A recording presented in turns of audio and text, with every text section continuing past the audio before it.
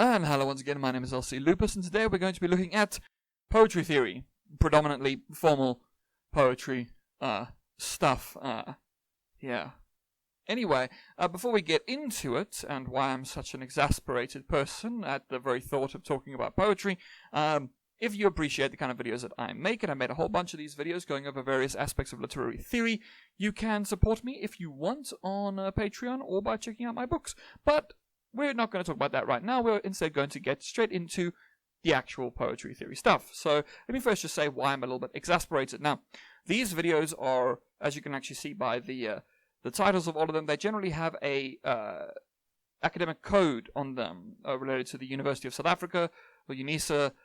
In this case, it's THL2602, I think, and 3703, I think. So basically, poetry theory, which is in both of those. Now, the problem is, this is what we're going to be looking at today is very, very formalistic poetry theory, as opposed to sort of more content-oriented theory. And the problem is that the study guides that are provided are out of date and also kind of poorly written. They are written in a very, very highly, often very difficult language to understand, and also a lot of concepts are not actually explained very, very well, which makes a lot of people confused. So I have been putting this off for a very, very long time, because when I did this in undergrad, I found it extremely difficult and frustrating to understand, because it's a struggle. So let's try and make it a little bit easier to understand for those who do struggle with this stuff, because it sucks. Okay, so basically, we're going to be talking about predominantly intratextual relations. So text, right, is the text itself, the poem. Intratextual will be stuff that's inside it, and extratextual stuff that's outside of it. So we're looking at the text itself and what is within the poem. So essentially, we're not looking at it in relation to the real world, or what the poem means, or how it relates to other poetry, or anything like that. Basically, none of the things that I would say are the most interesting things to do with literature. Instead, it's highly formal. So let's first talk about aspects of intratextual relations. So basically, we're going to be talking about metaphorical / figurative language, syntactical foregrounding, typography, sound, and then metrical, rhythmical structures, and then a little bit about extratextual relations. So let's first talk about metaphorical / figurative language. Now, a lot of these terms are not actually very widely, very well defined in the textbook, because I don't know why. And they're kind of annoying terms to use. So the focus, expression, and the argument, these are important terms to know in terms of, if you're doing an analysis, discussion about the formal elements in a poem. Although let me just quickly first do a little bit of a public service announcement. In this subject, provided it's still similar to how, like, when I did it and everything, and I don't think that they're liable to change it necessarily. Basically, when it comes to this particular subject, you will most likely be given two options for your assignment and your exams, to either go at analysis through a purely formalistic perspective like this, or from a different perspective, a more, actually paying attention to what the poem is about. Now, I would recommend doing that type of question rather than this formal one, unless you're super into formalistic stuff. But yeah, that's just a little bit of a public service announcement. So let's get to this. The focus expression. What is that? Basically, that is the metaphorical section of a text. So remember, a metaphor is something that is non-literal, something that is figurative. So basically, that is what it is. It is the thing in a text that is not literal. It is the thing that's figurative. It is the thing that is a metaphor, basically. It's usually a verb or an adjective of some description, but it doesn't have to be. Whereas the argument is essentially the progression of ideas throughout the poem, often through the use of nouns and noun phrases, but not necessarily, which is also what makes it a bit annoying. These things are not very easily defined in the study guide, which makes it annoying. So basically, these two things are important to understand. The focus expression is just saying what part of the poem is the metaphor, or at least in a line. Because there could be multiple metaphors. There usually are multiple metaphors throughout a poem. So identify where the metaphor is, and basically where the metaphor starts, and then the argument is how that metaphor progresses throughout the poem, or throughout its section in the poem. Then, very important terms are the tenor and the vehicle. Basically, the tenor is the subject of the metaphor, and the vehicle is the figurative language that is used to describe the tenor. So the tenor is the subject of the metaphor, like what is the metaphor about, right? So you would identify that in a poem. You would find that particular thing in a poem and say, this particular thing, whatever it is the central thing that I want to focus on as part of the metaphor.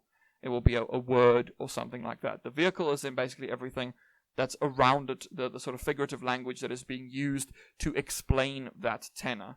Okay? Why the words tenor and vehicle? I don't actually know why tenor is used, because I mostly have an association with tenor and music. But the vehicle, I suppose, because it drives the metaphor forward, I guess, is why it's used. You could think of it in that particular sense. And then metaphors can either be local or global. And these are important terms, but these are very, very simple to understand. Local basically means it's localized to a specific area. So let's say there is a metaphor that can only be found on one line or a few lines, versus a metaphor that is global or throughout the entire poem. Right? Think about it in terms of geography. Right? Local is where you live, global is the entire planet. So basically, if a metaphor is local, it is only in one specific part of the poem, and if it is global, it is throughout the poem. And so these terms are the most important ones and the hardest ones to understand. Okay? So when you find the subject of the metaphor, it is called the tenor. The vehicle is everything that's figurative, that's around it. The argument is the progression of the ideas throughout the poem, and the focus expression is essentially the thing that triggers the metaphorical section, and it'll generally be a verb or an adjective, but not necessarily, which makes it quite annoying. So, yes, this is the basics of understanding more formalistic, metaphorical, and figurative language in a poem. So, let's move on to syntactical foregrounding. So basically, syntactical foregrounding are these 6 concepts: accentuation, creation of hierarchies, shifts of accent, ambiguity, semanticization, and establishment of relationships. So basically, syntactical foregrounding is foregrounding through syntactical features. So what is foregrounding? First of all, foregrounding is a thing you'll find in poetry, which is where you bring something to the front, right? So foreground, you bring it to the foreground, to the front. You are generally bringing certain things to the front through a variety of possibilities. You know, for instance, if you use rhyme, you are focusing on specific parts of your poem to try to bring them forward so that people notice them. Essentially, foregrounding is making something more noticeable to someone who's reading it, right? How do you do that? You could be using alliteration, you could be using rhyme, you could be using repetition, something like that to really focus on that particular thing. Syntax is essentially, in the sense, anything to do with the arrangement of words and sounds in an order. So a sentence is syntactical because it follows a progression. So basically the entire poem is made up of syntax, which is just everything that is written.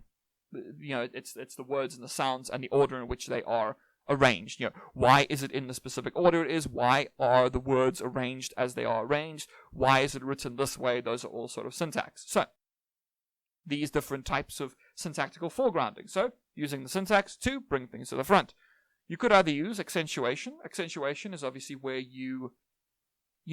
accentuate is when you bring something forward. You really focus on it. So you could use accentuation usually through the use of something like specific structures that are reused. So think about, as I said, like rhyme and stuff like that. Rhyme, rhythm, not so much rhythm, but rhyme, alliteration, repetition. These things accentuate information, so it makes you want to look at it again. It emphasizes it. That is what accentuation is.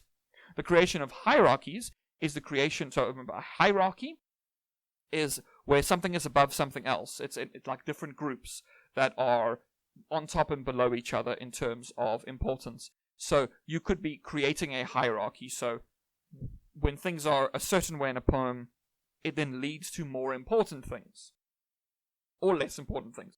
So you will sort of be creating these hierarchies throughout your poem. So say if you start off by, like, you want to talk about love, you might first start off by talking about, like in a poem might talk about the little things that they love about someone, which then builds and builds into the more important concept of love, right? So small acts becomes love. So you're sort of creating hierarchies through whatever images you are using. Then you get shifts of accent, and I say here through changes and disruptions. So when you're changing things in a poem, you shift the accent. The accent is basically the way in which something is presented to you. So think about, imagine if a poem starts out being very, very formal, and then it suddenly becomes informal. There has now been a shift in accent. The way in which the information is conveyed to you has changed. It has changed the way that it has come about. So by doing that, you are essentially disrupting the existing pattern. Or imagine if there is a specific rhyme scheme and then suddenly no rhyme scheme. That shifts the accent. Like, why was that done? Why was there this change? Like, why was it done? Is there a purpose for it? And there will be a purpose for it. So that's what you have to look at. The next one is ambiguity. You create ambiguity through deviance, displacement, and deletion, or deletion, I suppose. Ambiguity is where something is not necessarily known or intentionally vague.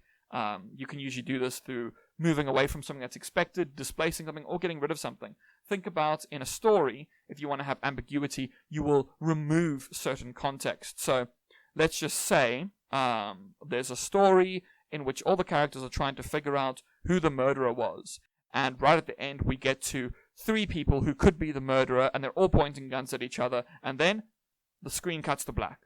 We have not been given all of the information, so it has been left ambiguous. We don't know who won. Essentially, that is what ambiguity can do. It sort of is something that is vague, left to the imagination. It is something that we do not necessarily know for ourselves what exactly it is. So that is something to, keep in mind. Then you get the semanticization. I don't actually know if I'm pronouncing that correctly, but whatever. Semanticization is essentially how have you defined terms or concepts within a poem. So, right, every poem, every text will use language, yes, in a shared way, but also in a specified way. Let's say, for instance, I keep on coming back to like a word, like the ocean. I keep on coming back to the image of the ocean over and over again. The ocean, the ocean, the ocean. I keep coming back to it. Why do I keep coming back to it? Maybe in the beginning, when you first see the ocean, you just think the ocean. You just think a body of water. But then it starts to become clear that when I'm talking about the ocean, I'm talking about something else. Maybe I'm talking about nature, or I'm talking about something that is wild and untamable. What am I talking about when I talk about the ocean? The word ocean takes on a new semantic meaning. Basically, so then, meaning, sorry for that word jumble, meaning can become layered over time through basically changing the way that what words mean and how they are used in specific areas. So you are changing the semantics to fit into whatever it is that you are doing. And the last of these ones is the establishment of relationships. So this can be done with things like coupling and parallelism. Basically, think of I want to create a relationship between 2 different things. Like, say, I want to have a poem that explores the dichotomy of love and hate. How do I establish this relationship between love and hate? Well, I could be using various things. Like, what if I used rhyme, right? Any of the lines that are about love will have a certain rhyme, and any of the ones about hate will have a different rhyme. Or I could continuously bring up different terms or concepts that are related to love or hate in some other way. So I'm continuously building this relationship that is happening on a syntactic level. Okay, so that's syntactical foregrounding. Those are the ones to look at there. Then typography, which they actually kind of put together, but I've separated in the study guide. They have them sort of together, but I wanted to just bring up typography as its own thing. The typography is the specific layout of a poem. How is it actually laid out on a page? Like, the typography is made up of the syntax, but I would still say it's something separate. So the typography will be, it's probably easiest to talk about typography when the typography is distinct from the standard typography. So think about when you find a poem that is made in a certain shape. So think about like say for instance a love poem, and the poem itself is made to look like a heart. That is a way of basically messing with the typography for a specific reason. Like, why is it made to look like that? Why is the typography arranged in that particular way? Like, that is something you can do if you want to have the typography laid out in a particular fashion. And that is something that is just worth looking at. Because typography can change and alter, and it can be used for different purposes. So yeah. Now the next one is sound. Sound is very important in poetry because obviously poems can be read aloud, and that is often where you'll hear a lot of the things that make poetry quite distinct from a lot of other mediums, because they want to, like for instance, rhyme. Rhyme is very common in a lot of poetry because rhyme sounds good. Like you can have, you can go into some philosophical reason as to why we like rhyme. It is psychologically pleasing to hear things that sound the same. But we use rhyme for different reasons. We could be using rhyme to accentuate something. We could use rhyme to highlight something. We could use it to de-emphasize something. We could use it to establish some kind of a relationship. Sure, but ultimately we like it because it sounds nice. So when it comes to sound, we can do things like accentuation, right? You can imitate sounds and what have you to create a certain accentuated or emphasized concept. Or you could continue something throughout a poem by using similar sounds. So imagine, for instance, if a poem uses like a A-B, A-B, A-B rhyme scheme, you will get a similar rhyme being repeated throughout the poem, which means that there is a continuation of the sounds, which creates a certain continuation throughout the poem, which basically makes it just feel better to read, essentially. Or, of course, you could establish relationships through similar sound structures. That is another thing you can do with sound, right? You have the same kinds of sounds. I've sort of spoken about this before. You can establish relationships. You can create hierarchies or anything like that by having similar sound structures. So if you have things that sound the same in certain sections of a poem, you can use those sections to relate to each other to create relationships. So imagine if you had a stanza that goes A, A, A, and then B, B, B, B, B, B, and then A, A, A, A. And if you have the two A stanzas related to one another, like exploring similar concepts, you'd be like, oh, look, they have the same end rhyme, and they are also related to each other, but the use of end rhyme has accentuated those relationships so that you can better see them. That is just something that you can do. Now, the last little predominant thing here before we go into extra-textual relations is the metrical rhythmical structure of it. And there is a concept called scansion. I don't actually know if that's how it's pronounced. I have never heard this word said aloud. I've only ever read it. So basically, the meter is the beat of a poem, and the rhythm is made up of the beat. So the beat is comprised of the specific use of stressed and unstressed syllables.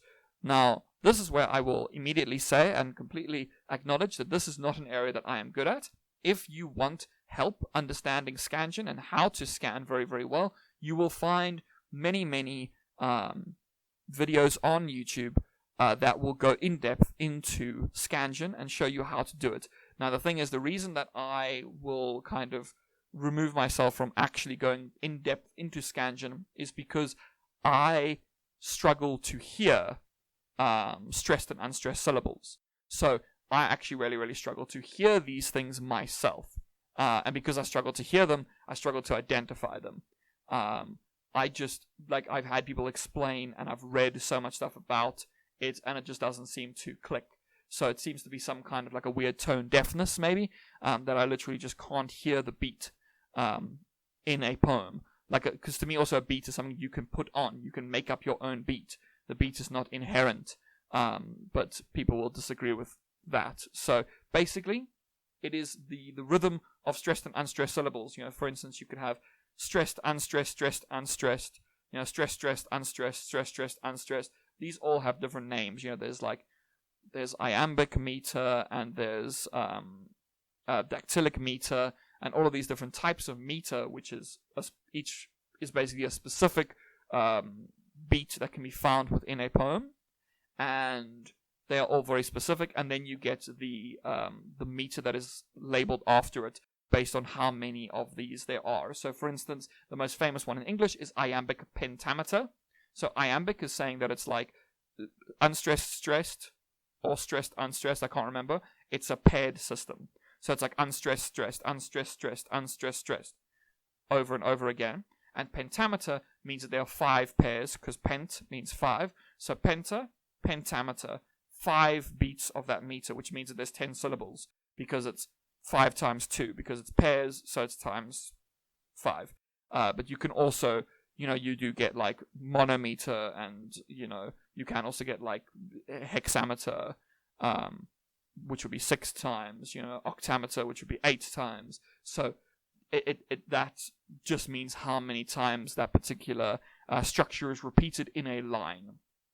That's what those are.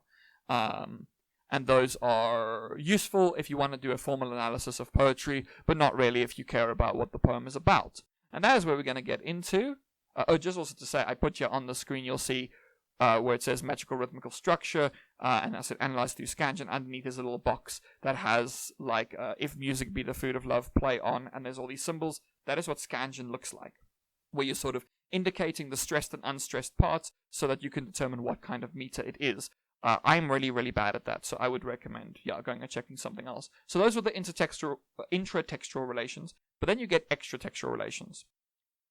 And this to me is the most interesting stuff, but I won't go very in-depth into it just because I want us to mostly focus on the stuff that will actually be in this particular module. Basically, extratextual relations, in this sense, there's non-literary relations, so non-literary to other texts. So it's basically not looking at other texts, whereas literary / intertextual relations, which is with other texts. So basically, if something is a non-literary relation, it is related to something other than the text. And if it is a literary or intertextual relation, it means that a text is related to something else, to like another text. So when it comes to extratextual relations in a poem, is a poem referencing other poetry? If it is, that's an intertextual relation. If it is relating to, say, something in the real world, like actual things that happen, that would be more extratextual. And to me, analyzing a poem based on exploring what it's actually about, which is much more extratextual, is much more interesting than this kind of formal analysis, which I find a bit dull. But this module doesn't really go over that very much. And if you want to learn how to analyze things, I've got so many videos about like analysis, and I go over a lot of things like that. So you'll be able to find many videos that do go over those things. So I'm not going to be doing that here. Now the last little thing I put here is where I say at the very bottom, the problem with the formal approach is that it leads to the minimization of the meaning in the poem. Now, if you care about the form in a poem, I would say it's important to look at both the form and the actual content. But the problem with a very, very formalistic approach is that it tends to ignore sort of the meaning of the poem. It becomes very linguistic rather than actually focusing on what literature is about. Because imagine, for instance, if you had a string of 30 words and all of those words rhymed with each other. It would probably sound really nice to hear, right? If you were to be like, beat, feed, heat, lead, deet, right? If you said something like that, it sounds nice, but it could just be gibberish. But formally, it has a sort of formal arrangement that is pleasing to hear, even if it doesn't actually have like necessarily content to back it up. So I would say that the formal approach should be worked in conjunction with, a more content-oriented approach. I think it's more important to pay attention to what a poem is about rather than necessarily how it is written. But that is also up to you and not really the purview of like this. As I said, I have lots of other videos which go into how to identify meaning in texts and that kind of stuff. So I would recommend going and having a look at those videos instead to learn more about that sort of stuff. So yeah, I think that is where I will end things off here. Hopefully it has been helpful, and if it has been helpful, and if you appreciate this stuff and you would like to support the kind of stuff that I make, you can support me on Patreon, or you can check out some of my books, all in the description, and otherwise, you could also do the like, comment, subscribe, that, usual YouTube kind of stuff. It all helps with all those algorithmy things, and that's about it. So I hope that you have a great day, week, and of course, month ahead, and goodbye.